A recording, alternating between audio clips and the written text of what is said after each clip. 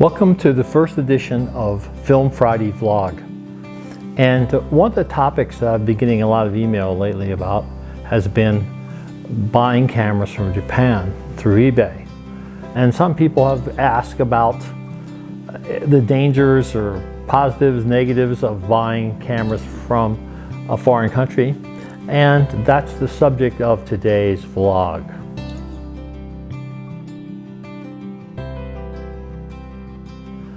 Let me first say that buying anything on eBay is risky. It's a gamble.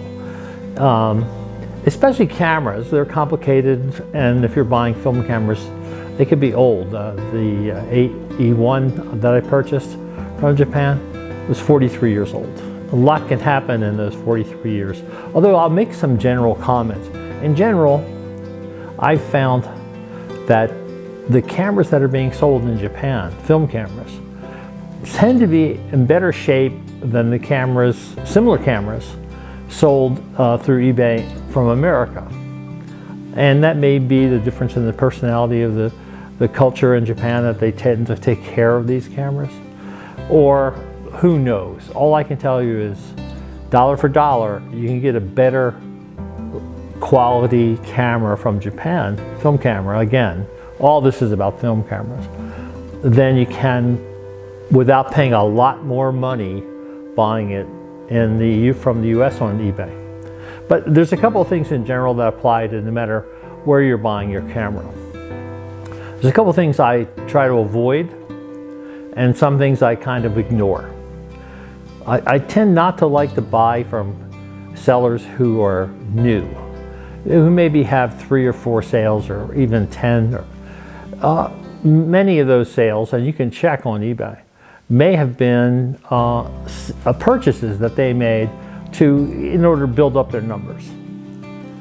So I tend to avoid new sellers just to be safe. I mean, it's a crapshoot anyway. Why make it worse? I also try to buy from buyers who have 100% positive rating. Now I recognize that that is not easy to do. And there are people in this world, as we all know, that cannot go through life without complaining about something.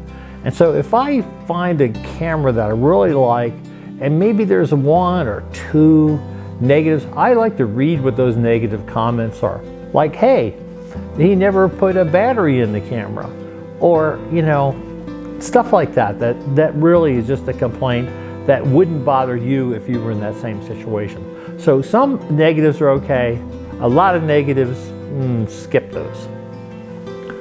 The other thing to look for when buying from Japan is the cost of shipping. Number one, the shipping is going to be more expensive. The days of cheap shipping from Asia are well over.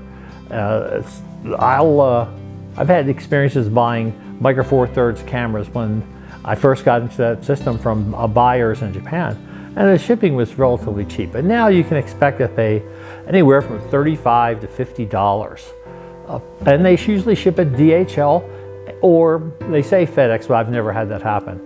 And it comes pretty quickly. I've had it shipped from Japan through DHL less than a week, sometimes as few as 4 days from the day that you actually pay them through PayPal. But the big problem is the reverse shipping. Some buyers will say they offer returns, free returns. Keywords.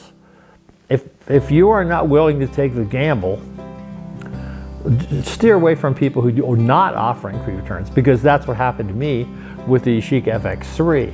The camera really has a lot of mechanical problems.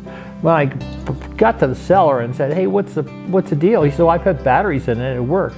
Well, the FX3 is a total mechanical camera. The only thing the batteries do is work the meter. So yeah, the meter worked great. The rest of the camera, not so much. There'll be a follow-up on that camera as I take a look at what it's going to take to get it repaired, if I do get it repaired. So anyway, I looked at the cost of returning that camera, went down to our local UPS store, and the cost of returning the camera was more money than the camera cost. So take with that as you will as far as information. The other thing is cultural differences. Most of the cameras I see, at least the cameras I'm interested in buying, the film cameras, are advertised as mint. Now, everyone has a different definition of mint.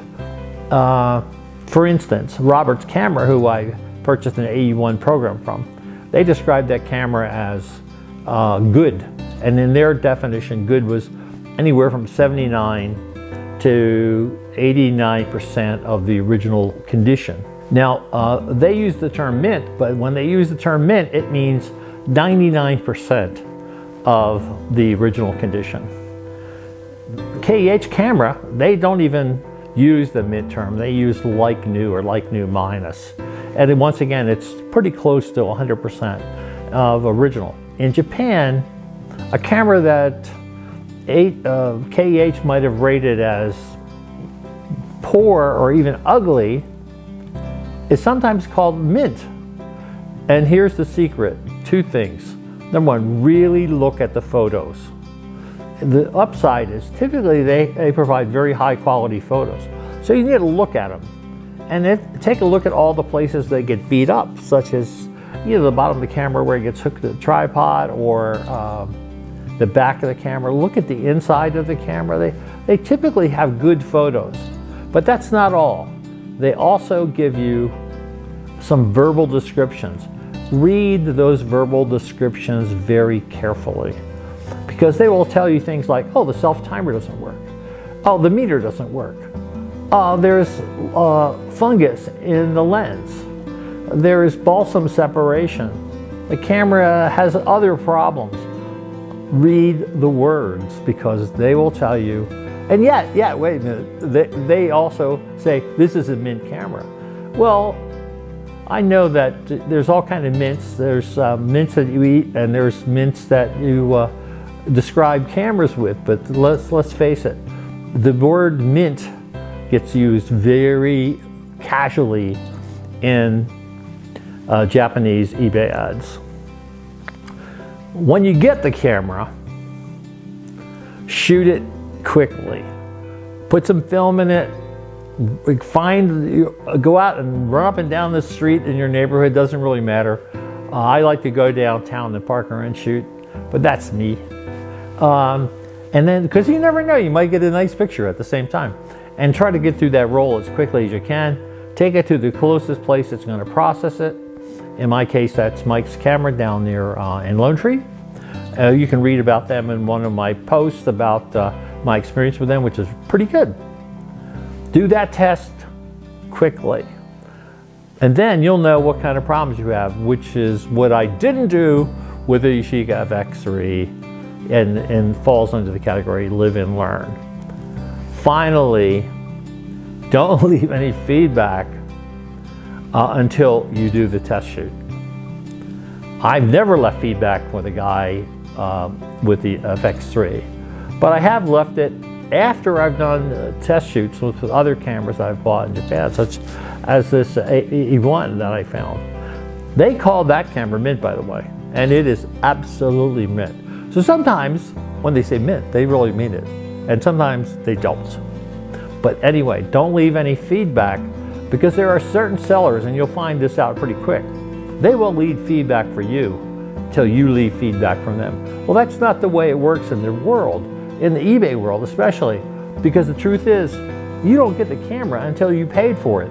So you've already done your part of the transaction. They should say right away, boom, thank you for your money, I appreciate the sale, and positive feedback, because you did your job. They haven't done their job yet till you get the camera back and you've tested it and it works fine. So there's upsides, there's downsides.